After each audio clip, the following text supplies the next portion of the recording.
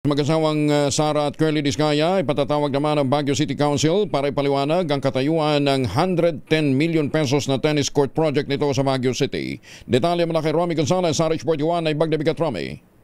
Aanyayahan na Baguio City Council ang mag-asawang Sara at Curly Discaya ng St. Gerard Construction para humarap at magpaliwanag sa kasalukuyang kalagayan ng tennis court at parking area project ng lungsod na nagkakalaga ng 110 million pesos sa regular session ng konseho sa susunod na linggo.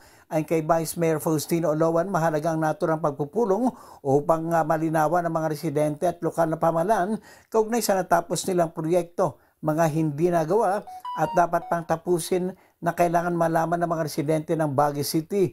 Bukod sa kontrobersyal na mag-asawang Discaya, aanyayahan din ng konseho ang namumuno ng City Buildings and Architecture Office o CBAO para ipaliwanag ang kasalukuyang estado ng proyekto, kailan matatapos at magagamit ng publiko.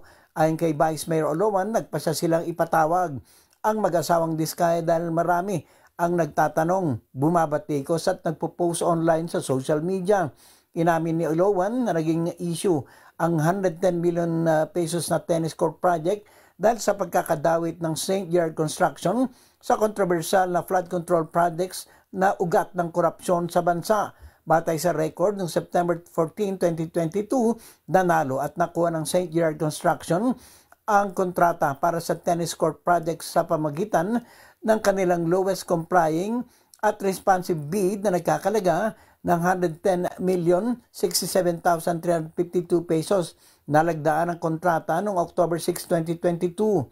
Umani ito ng batikos dahil sa kabila umano ng negatibong record ng Discaya sa pagpapatupad ng kanilang mga nakukuhang proyekto, ay iginigit naman ni Mayor Benji Magalong na walang anomalya sa pagkakapili ng St. Gerard at bukas ito sa anumang investigasyon sa naturang proyekto. Ito si RH41 Romy Gonzalez para sa DZRH, una sa Pilipinas, una sa Pilipino. Maraming salamat Romy, Diyos na Gina.